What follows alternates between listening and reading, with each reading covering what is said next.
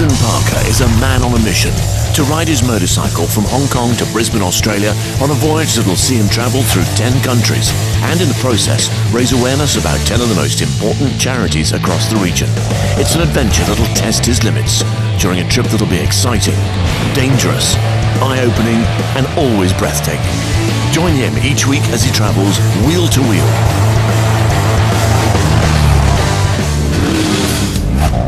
After Vietnam and an intense learning experience with Animals Asia, Morgan is now on his way to visit Child's Dream in Laos. It's a rare experience going from one communist state to another, especially using a remote, barely used border crossing. It felt like a scene from a James Bond movie where I was the political prisoner being handed across.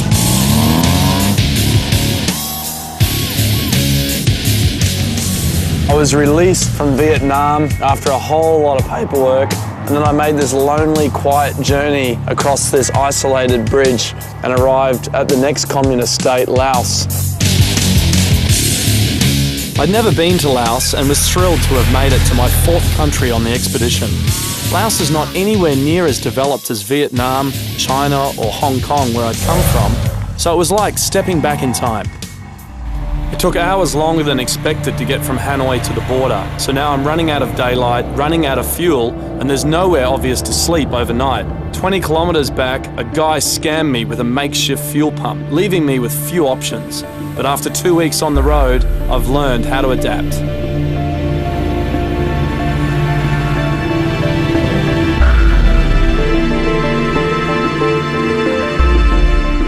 The first day of the entire expedition that I've seen the sun or seen blue sky.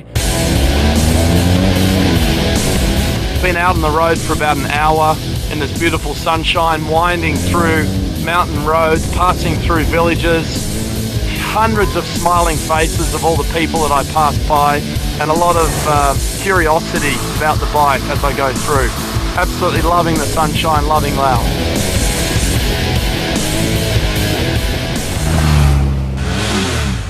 As I rode through the countryside, I could see why the work of our selected charity here, Child's Dream, is so important. Lots of children, but no schools in sight. But before meeting its founders, Daniel and Mark, I was keen to experience Laos as a tourist. One of the country's star attractions is the Plain of Jars. Hundreds of ancient stone jars randomly scattered across the landscape. We're here in the World Heritage Site, the Plain of Jars in northern Laos. An area of such mystery, no one actually knows what these jars were originally placed here for. Explanations include storage for rice, storage for bodies, and even weirder examples of perhaps giants inhabiting the earth thousands of years ago and using these as their cups for drinking. Who knows? All I know is it's fascinating. It's great that we're able to come here, and for me, it's a mystery still.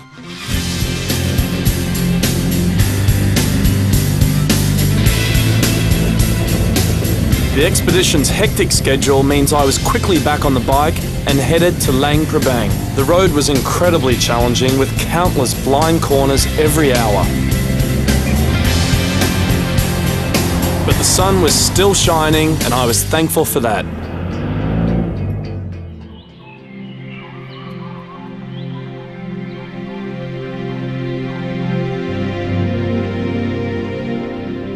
To me, Luang Prabang in particular represents one of the most interesting, cool, bohemian little towns that exists in Asia today.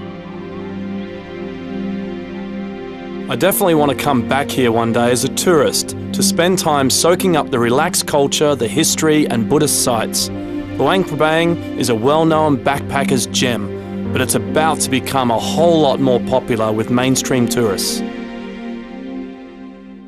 I'm eagerly awaiting the rendezvous with Child's Dream and opening my first ever school in a matter of days. But until that time, I want to experience everything. That includes eating some local food. This is a fried cricket, a local specialty of Laotian cuisine. And when I go to a different place, I always like to try and be at one with the locals. And so here we go. It's actually not too bad. Thankfully, it wasn't an all-insect diet whilst in Laos. This landlocked country, sandwiched between Thailand, Vietnam and Cambodia, is influenced by many cultures. But despite that, Laos still maintains its own identity and vibe. Well, I think obviously the development was obviously much faster in Thailand.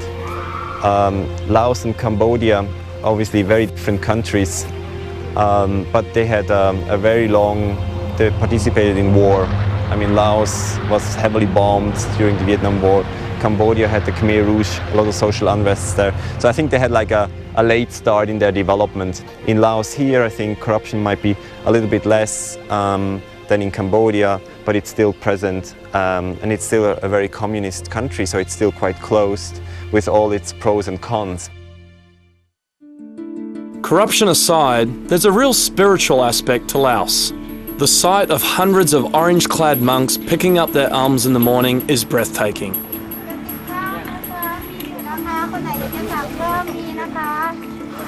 It's called Bintabat, a daily Buddhist tradition where the monks collect sticky rice and spring rolls from passers-by in the street. The group of monks are called Sangha, and while it was unforgettable to watch, for some reason, nobody collected anything from me when I tried.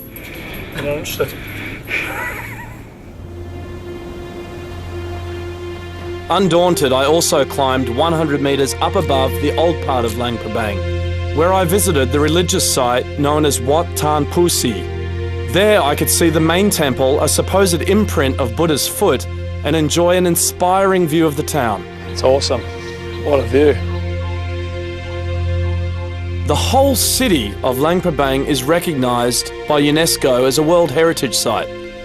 The town's architecture and planning almost feels more European than Asian. The people are genuinely hospitable to adventurous tourists who are searching for a place that's not affected by commercialisation. We're here in Laos at the National Park. This area has usually got a huge amount of gushing water coming down. In the summertime, Laos receives a lot of precipitation. Of course, we're here at the end of winter, which is the driest part of the year, hence no water, despite what we've had while we've been in Laos, which is 3 days of incredible rain. Laos has got this sort of rudimentary feel about it, just like this tourist attraction. It's a bit like Thailand 20 years ago. It's got a real charm about it. Things are still very basic, but more and more tourists are discovering exactly what Laos has to offer. The next stop, a trip down the river to find some elephants.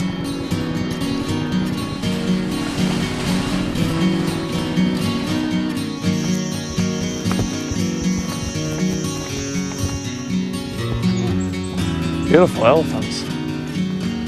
It's awesome.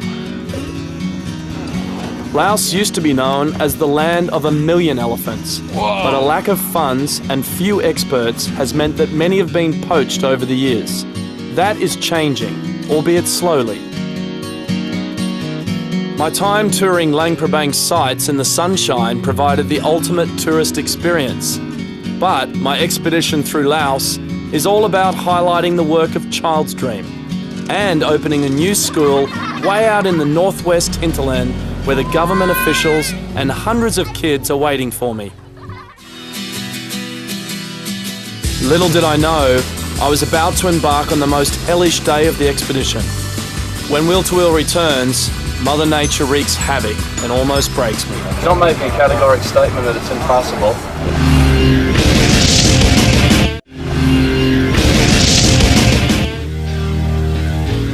A new day and the rain is back.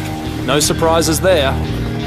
Everyone assembles. Child's Dream have arrived in their four-wheel drive, and my local fixer has decided he wants to ride a motorbike as well. But the ominous weather creates a dilemma. Do we take the longer, safer route, or ride straight for the new school, over 150 kilometres of unfinished road? Daniel from Child's Dream had driven the shorter route only 2 days earlier, and all was clear. I'm up for the challenge. But given the weather, the locals were convinced we should take the longer road.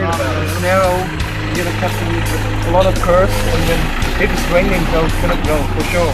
I couldn't accept any scenario that meant missing the school opening, so I decided we would take the more challenging terrain. Let's go on the original route. Okay, let's try the hard one. Okay. Alright, let's go.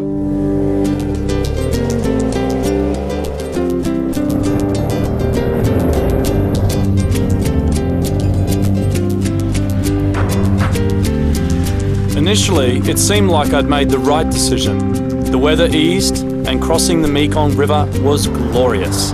It's unbelievable. This is a moment that I've been waiting for so long to cross the Mekong River. It's fantastic. This river cuts through so many different countries and provides the lifeblood for millions of people, village communities that hug its banks. It actually gave rise to civilization in this part of the world. Sure, it was challenging, but we were making progress.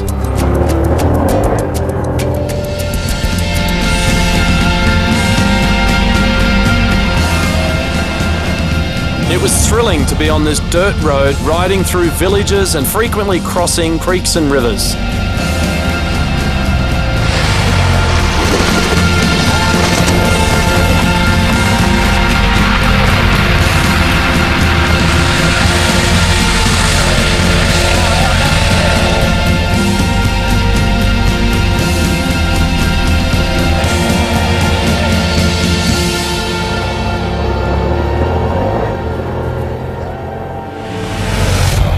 Constant driving rain had turned the road into a slimy mudfest. The mud was actually wet clay and it started to cake onto my tyres, leaving me with no traction to take on the huge hill climbs and descents.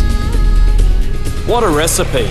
Take a fully loaded bike, combine it with freezing temperatures, mud and rain, then add fallen trees to the mix. It was just another obstacle to move out of the way.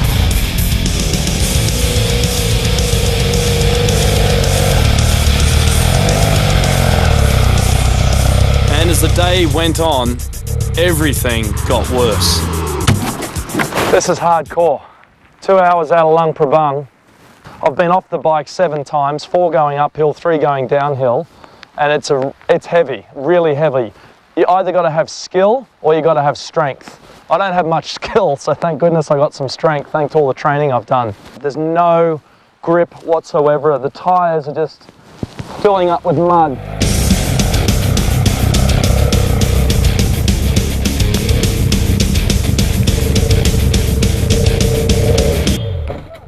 Glad to know the motorbike still works when it's been upside down.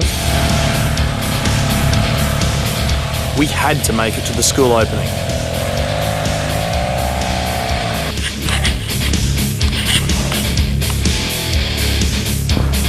Okay, I'm there.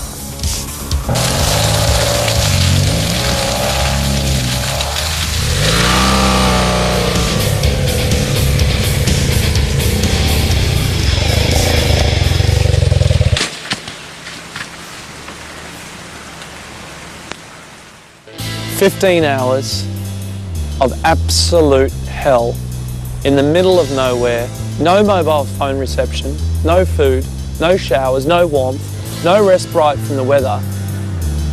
One four-wheel drive's gone off the cliff. The child's dream four-wheel drive, it's parked by the side of the road, unable to negotiate some of the very steep inclines that I had to get through.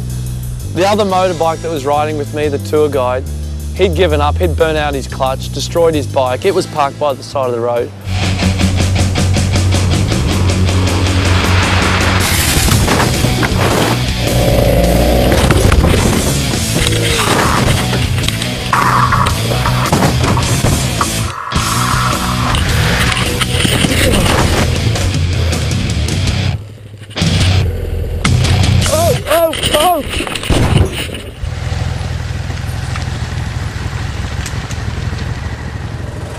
Freezing cold. Now it's getting dark. We've been going for over 9 hours. You know, when someone says to you that 150 kilometres is going to take 10 hours, until you've seen this, you just scoff at them. like I did this morning.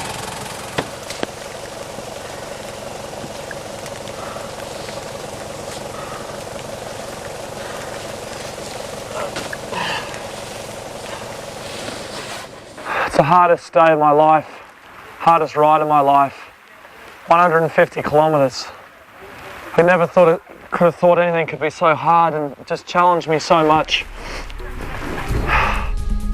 All I could think about was my family, my friends, people who have supported me,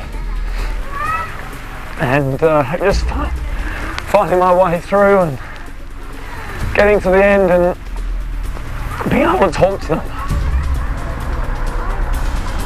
I'd come down with a severe case of hypothermia, and we desperately needed a place to sleep.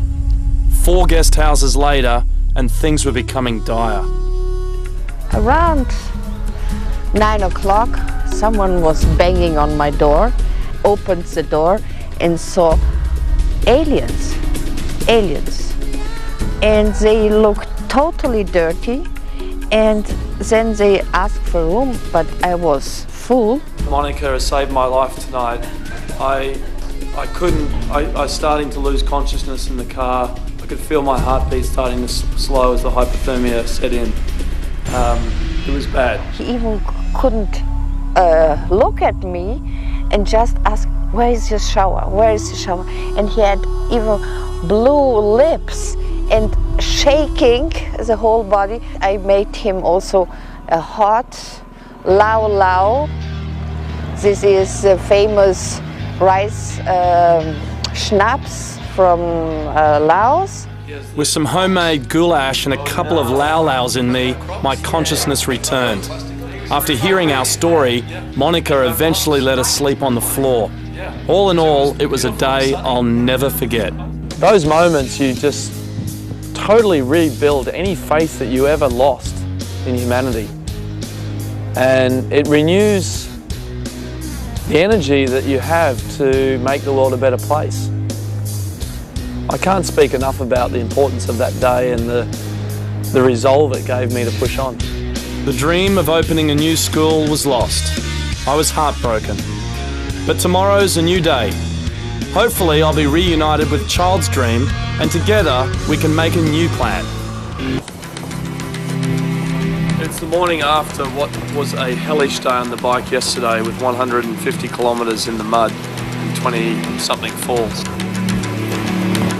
It's still raining out here in northeastern Laos, completely unexpected for this time of year. Given the destructive events of the last 24 hours, we abandoned any hope of making the school opening. Instead, we travelled for a few hours to 2 of Child's Dream's more accessible schools.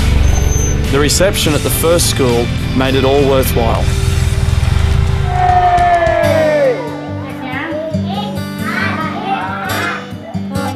Daniel Siegfried and Mark Jenny were successful bankers who simply gave it all away to find real meaning in their lives.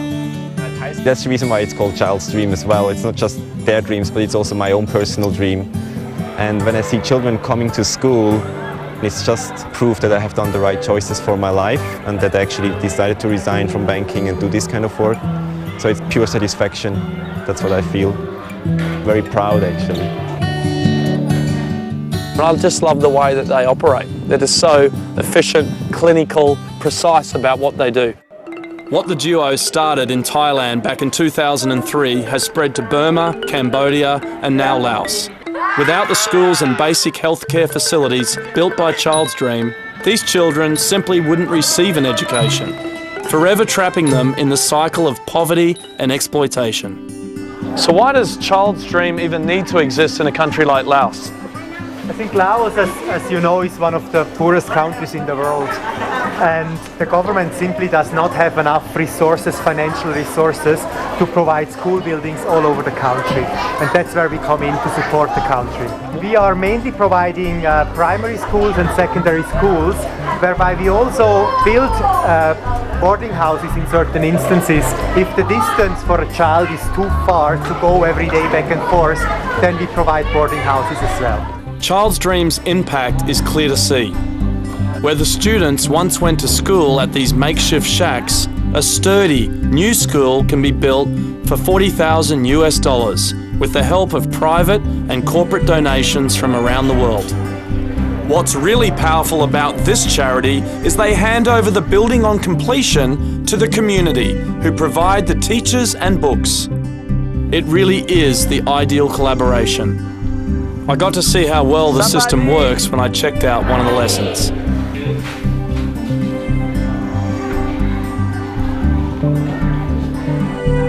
These kids are learning some serious stuff. Grade 10 algebra and English was hard enough for me, but in Lao, impossible. If they don't get an education, the risk of exploitation is extremely high.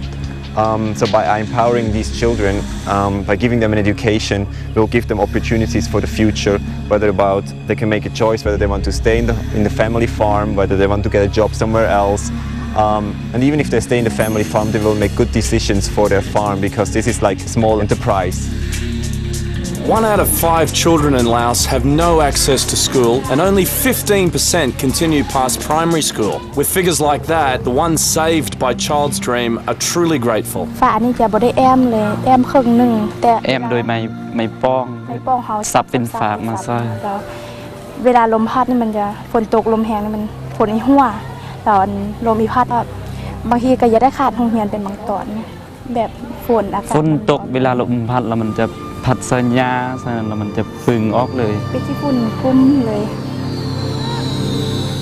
One has to imagine that children without an education, and when we look at Laos, for example, 20% of the kids have no access to school at all, not even primary level. One has to imagine without any basic education, not being able to do a simple calculation, how do you make sure you're not cheated in your life? While meeting the headmasters and teachers at the 2 schools, I was able to see the passion and appreciation for what Child's Dream has accomplished. Child's Dream's success has meant the organisation now has a staff of 30 who research where schools are needed, negotiate the land, then manage the construction process. We have no intention to grow the organisation further, so we want to be 30 people. It's a very family-like environment. We all know each other very well. We have slept one night in the car, which is very normal. So it's like, we want to keep it that way. Despite having already made a huge impact, the duo plan to keep building schools in Laos if they're able to raise the funds. We are 2 bankers. We are like, let's try, you know, if we can build a school here and here, we have achieved our goal. That we would have 30 staff having completed 120 projects over the last 7.5 years, having helped more than 200,000 kids in that period of time, that we would not have imagined in our wildest dreams. For me, as a founder of the organization, every time I walk to a school, it's really, it touches me, and it's the fulfillment of the dream. That's why the organization is called Child's Dream.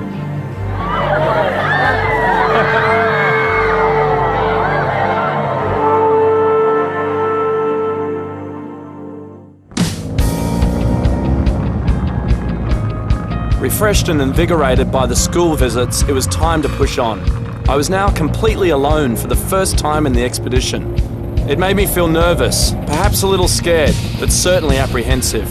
Overall, I was excited about the opportunity to be a solo adventurer.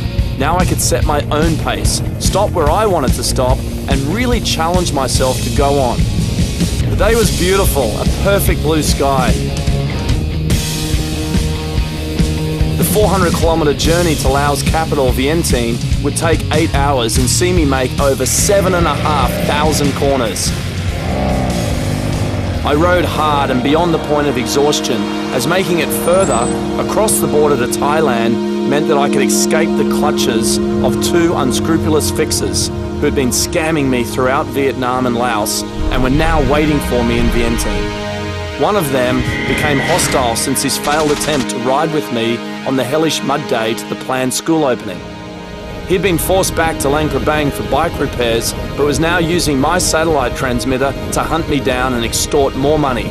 His sidekick had already extracted $1,500 from me to enter Laos, so I was determined to make it into Thailand, then back into Laos, so I could carry on further south to Cambodia without them.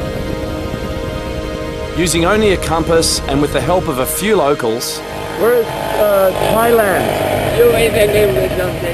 I was able to find the Thai-Lao Friendship Bridge minutes before it closed for the night. Morgan Parker may be able to get into Thailand, but his route calls for a return to Laos before crossing into Cambodia. Will the fixers be waiting for him? What surprises await our intrepid adventurer? Find out next week on Wheel2Wheel.